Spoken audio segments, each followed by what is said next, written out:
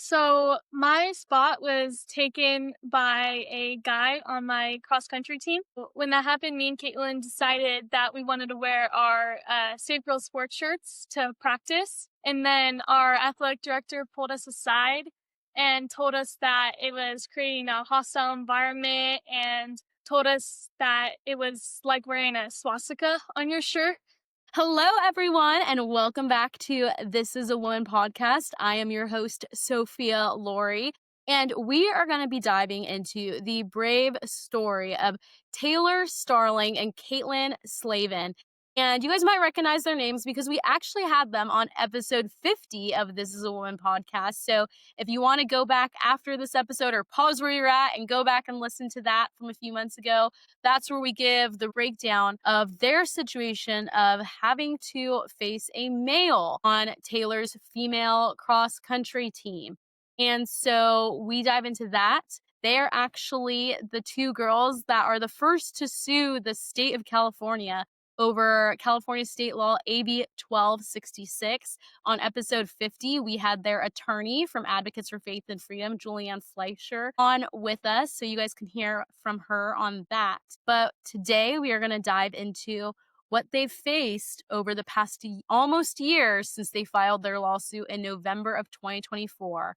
The stand they've taken, they have gone from wearing Save Girl sports shirts to school to testifying at the California State Capitol, speaking out at the CIF, which oversees California sports, California high school sports in the state of California, speaking out at their board meetings, to speaking at press conferences, to going and being live on the news.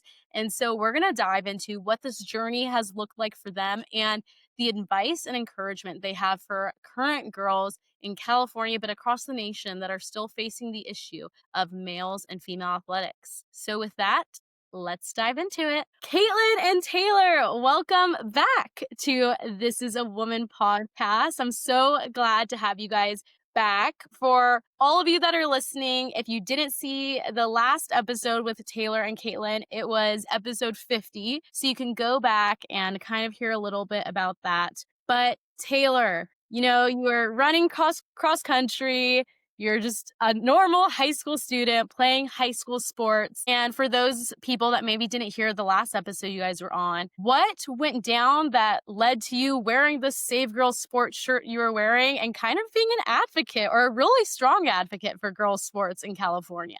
So my spot was taken by a guy on my cross country team. So when that happened, me and Kaitlyn decided that we wanted to wear our Safe Girl sports shirts to practice. And then our athletic director pulled us aside and told us that it was creating a hostile environment and told us that it was like wearing a swastika on your shirt. My goodness. And when that was going on, I mean, the fact that you even were having to deal with a male athlete competing in girls' athletics, but then to have your school double down. Kaitlyn, when your athletic director kind of threw that at you guys, hey, this Save Girls sports shirt is equivalent to wearing a swastika in front of a Jewish student, did you even know what they meant? Like, what was going through your head when the athletic director told you that?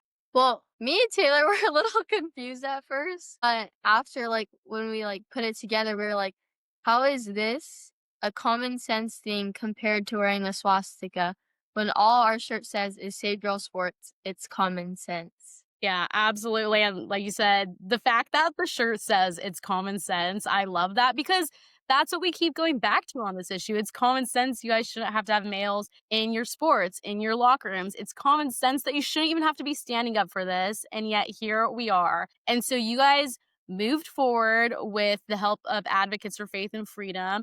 You guys are in the middle of a lawsuit, are suing on AB 1266. So for those listening, AB 1266 is the California state law, which has allowed males to be in female sports spaces and locker rooms since 2013. And you guys are the first girls to sue and to challenge the state law that has been in place for 12 years. So I'm so encouraged and blessed to know you all.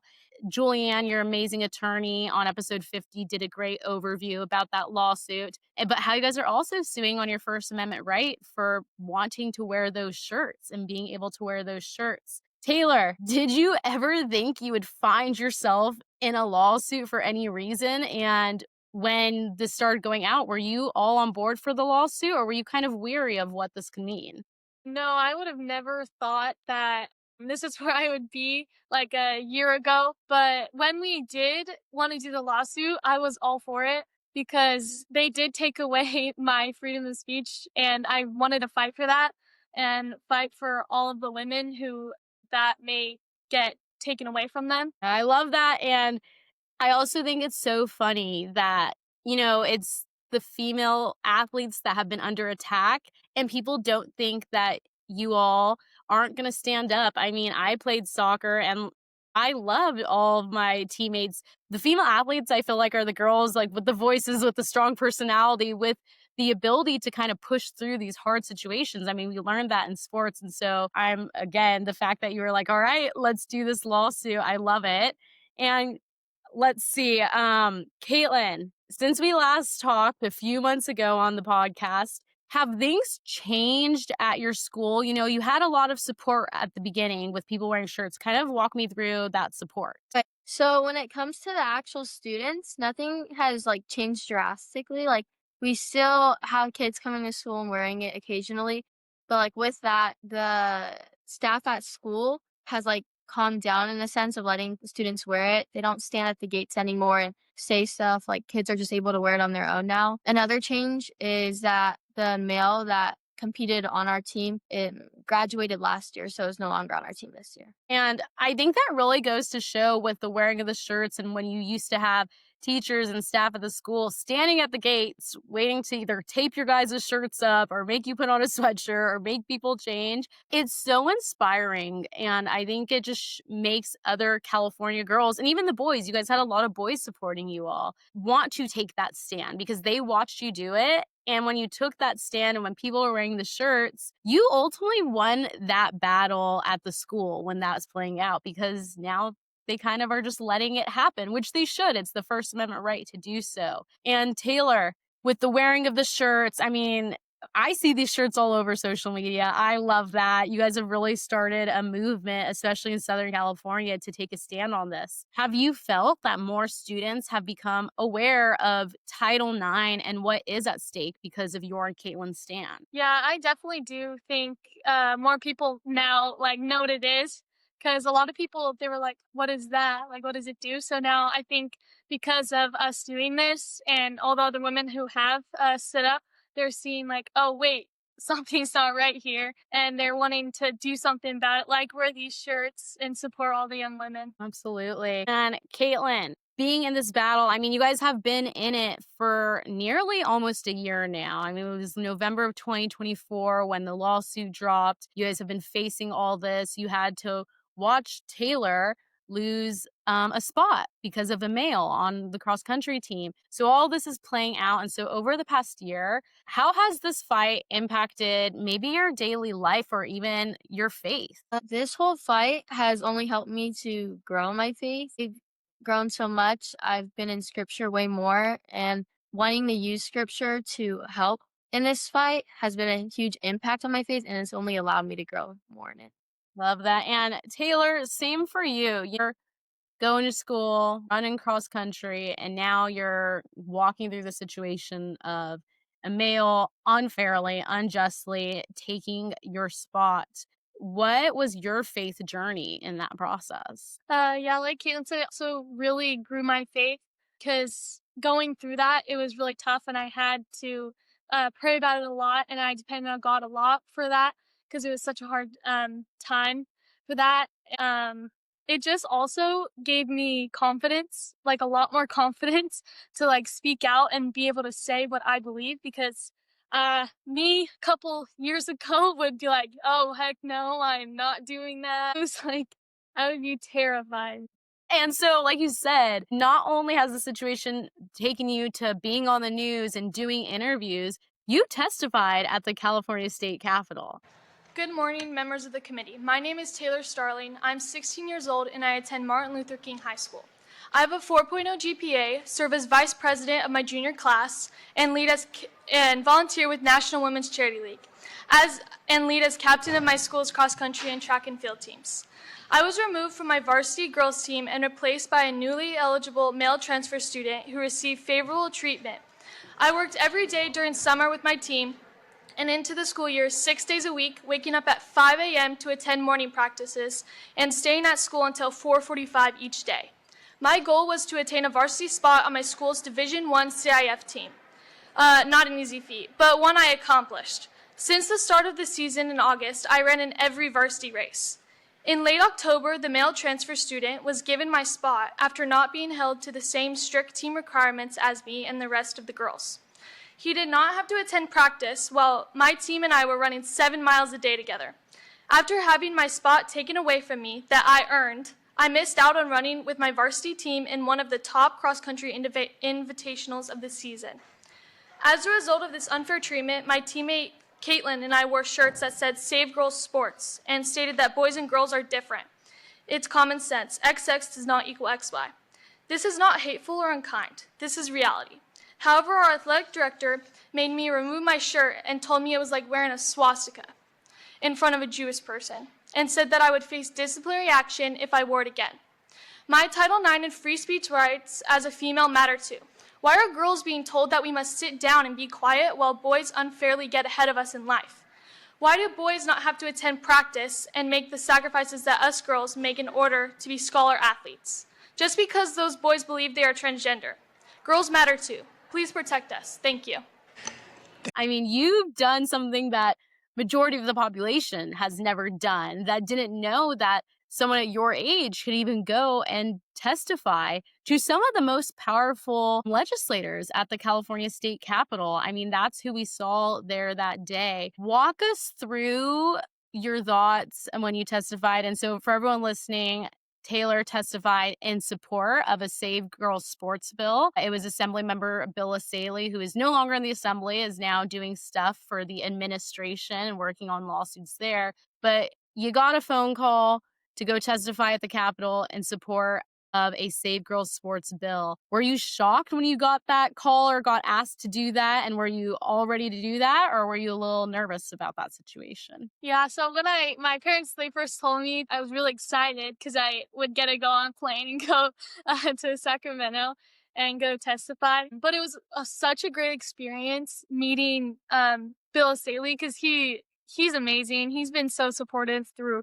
all of this. So that whole thing was so cool to see that I can go speak in front of these big people in the Capitol, and I got to go see the Capitol, and I got to meet all these people who I go different states who have come to see and hear, and I saw a whole bunch of people with shirts, which is so cool. And for the listeners, Taylor, when you testified in support of protecting girls' sports, such a common sense issue. Girls' sports are for girls only. Were the California legislators there, other than obviously Assemblymember Bill Asaley, who was the author of the bill, and Assemblywoman Kate Sanchez was the author of the other Save Girls Sports bill? Were they supportive and excited to see you testifying this, or what was the vibe in the room at the Capitol? They were definitely not supportive. I think there was one that was a little bit supportive, but a lot of them, they didn't give me the best looks when I was up there.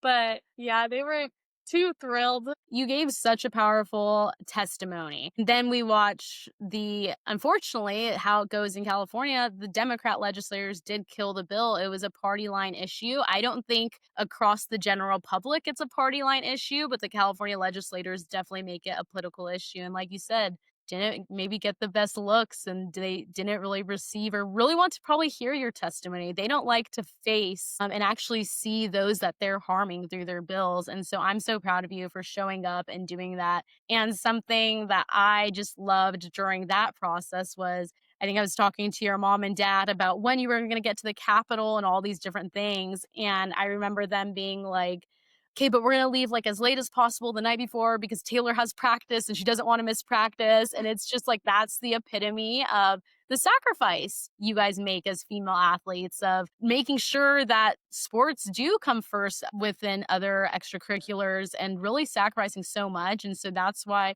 I feel like everyone else needs to be sacrificing for you all to take a stand to help you guys win this issue of protecting girls' sports. But that wasn't the only place you guys have spoken out at and had to talk to a room full of adults who have the power and ability to make a change. So, Kaitlyn, you guys went to CIF, who oversees high school sports in the state of California. And unfortunately, they have doubled down with California state law, and they've said that in CIF, they're going to allow the boys to compete, which is why Taylor was put in the situation she was. So, Kaitlyn, you went and spoke to the CIF committee members, sharing where your heart was, asking them to protect you as girls. What was it like in the room? Did CIF, did they respond well to your testimony? Did they seem open or dismissive? Well, at least for myself, I was very excited to get the opportunity to speak in front of them because they get to hear from me, like from an actual female athlete that's in the vast majority who believe that males should not be in female sports. So that was really exciting. But in the room itself, I really appreciated all the ones who were listening and being professional and paying good attention.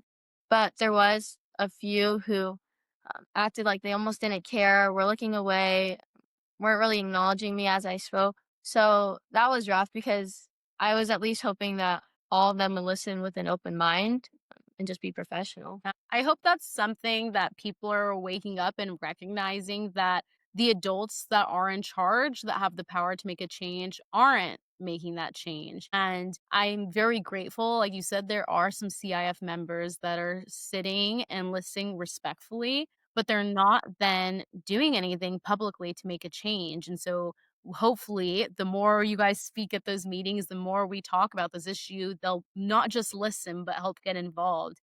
And Kaitlyn and Taylor, both your parents spoke at the CIF meeting as well. Taylor, your dad shared at the CIF meeting a story that I think literally had people with tears in their eyes, felt so just really, I guess, empowered by what he had to say too, sharing about you being a baby and to where you're at now. What was that like, sitting and hearing your dad defend you and want to protect girls' sports? Because I think we need a lot more dads standing up and doing that, Taylor. It was so amazing because my dad and my mom, they've been so supportive through all of this, like helping me with notes for interviews. And just like hearing that at the CIF meeting, it made it, I'm just so blessed. Like, I'm just so blessed to have them as parents and so grateful that God had given me them so I'm able to say what I want other people to hear. Kaitlyn, your parents have been so supportive of you as well, speaking up at meetings as well. How has that really helped you? Because I know there's a lot of parents right now that their daughters are in a similar situation of you both, and maybe they're a little scared or they don't want their daughters to speak out. But how has your parents' support really kept you going through this?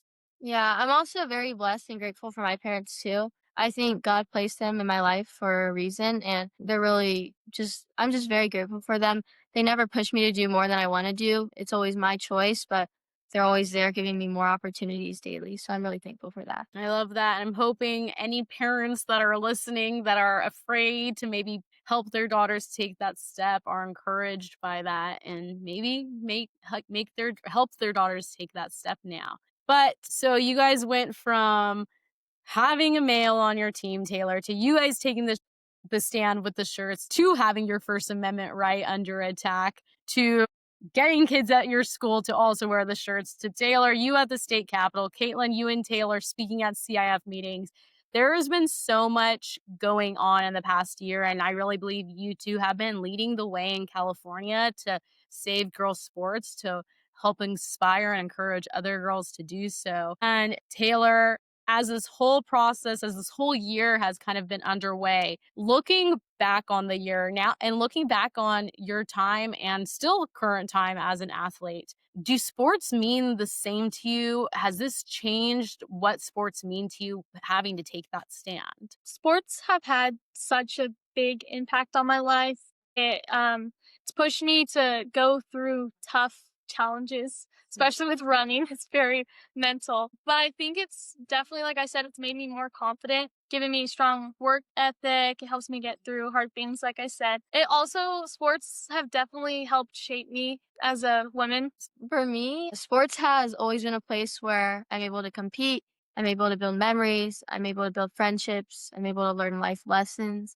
And today, that's still the same place for me. But now it's just a matter of safety and fairness. And that's what we don't have right now. So sports are still that place for me, but we're lacking that. So I think that's what we're fighting for now. I just remember with playing soccer, it was one of the situations where it was if I had a bad day at school, if there was an issue with family stuff or friends or whatever, bad test score, whatever it was, soccer was like when I was like, okay, I get to go to practice at 3 o'clock or I get to go to practice at 5 o'clock and I have 2 hours just doing the thing I love, getting to forget everything. And so kind of just touching on what you said, Kaitlyn, it breaks my heart that sports aren't just that right now. But I'm really encouraged that you guys are fighting to hopefully get sports to being just that again for yourselves, but for the future generation of girls and for that next step to come. And so, Taylor, you guys touched on earlier that the male that was playing on or competing on your guys' cross country team, he has graduated. What has the change been this year?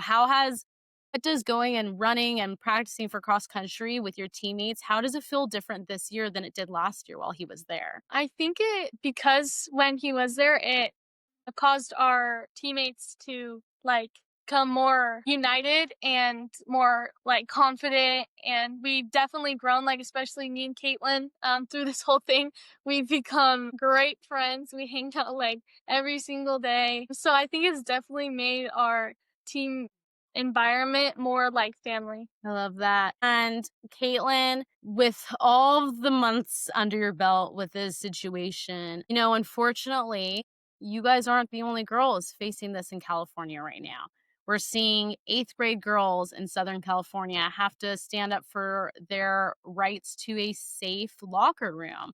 We're seeing it happen now at the junior college level in Northern California with volleyball. There's a male competing. We're seeing it with other high school students. And, now you guys have kind of been in this fight leading the way in California. And Kaitlyn, you guys have actually attended some of the different events where a male has been competing against girls you didn't even know. Why did you decide to go attend those events and support the girls? Yeah, the big thing for us is support. So for me and Taylor, like the reason we were able to get through all this is because of all the support we've had from friends, family, and even people we didn't know. So for all those girls, if they want to be able to take a stand and stuff, we want to be there for them to support them, because for us having to experience a guy on our team is not anything we want anyone else to experience. So for anyone that is experiencing that, we want to be there for them. And Taylor, you have done the same. I mean, you and Kaitlyn have gone to different events together.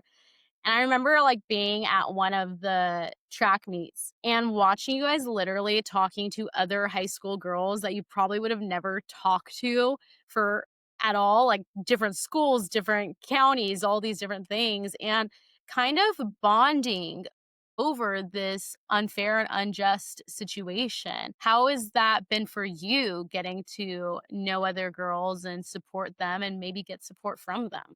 It's been great because we could also talk to people and they could be in a situation similar to what we're in. So it's good to know that we're not alone in fighting for this. And it's great when we get to talk to girls who are being affected by this, because some of them are scared to speak up. So we like talk to them and we give them like advice and help them to be bold and speak the truth. Kaitlyn, what would your advice be to any girl that might be currently facing this situation of a male in their sport or locker room, or might be listening and might down the line, unfortunately, face this? What advice would you give to them? Well, first, I would say seek God for wisdom. But I'd also say be very bold in what you're doing, but continue to do it out of love, because in reality, you're protecting the past, the present, and the future for all girls. And lastly, I would say focus on attacking the problem and not the person, because as Christians, we want to do this out of love. Absolutely. I love that. And I love that at the end of the day, it's not one individual that's the problem. The oversight, the what the leaders in California have allowed, that's the issue that we need to go after and make a stand and take a stand against. But Taylor, what is any advice you would want to leave with those girls as well? I just want to say that it's okay to be scared to stand up, but be bold, be be brave, and speak the truth and stand firm in your faith. Amazing. And for both of you, we can kick off with you, Kaitlyn. Is there any last things you want to leave with the listeners that maybe we didn't touch on yet? Just again, thank you to everyone who's been supportive. This is something that obviously is what most people agree on, that guys shouldn't be in girls' sports. But for those who have been very supportive, even just little comments of positive feedback, it actually means a lot to me and Taylor, because it's very reassuring and just great. Amazing. And Taylor, any final words you want to leave with the listeners? I just want to say thank you to all the people out there who are supporting us in our fight. We all really appreciate it. And I just want to say, don't let the fear of what people think about you take away what you believe is right, and stand in your faith and trust in God. Well, I am so proud of you both. I'm so grateful for your guys' fight and stand in California again. You guys are leading the way, and one day we're going to read about you in the California history books about the girls who took the stand to save girls' sports. So I am grateful for you all. For everyone that is listening that wants to keep up to date with your guys' case, that's with Advocates in Faith and Freedom. That will be linked in the show notes. And for the t-shirts you guys are wearing, are those still available to purchase online or through Instagram, Taylor? Yeah, they are. They're on this. If you look the Save Girls Sports account on Instagram, there's a link in their bio to buy them. Okay, amazing. So everyone listening, go get a Save Girls Sports shirt. The link will also be in the show notes. So go get that. But so grateful for you guys. So thankful for you guys. And I cannot wait till girls sports are eventually saved in California with you two leading the way. Thank you.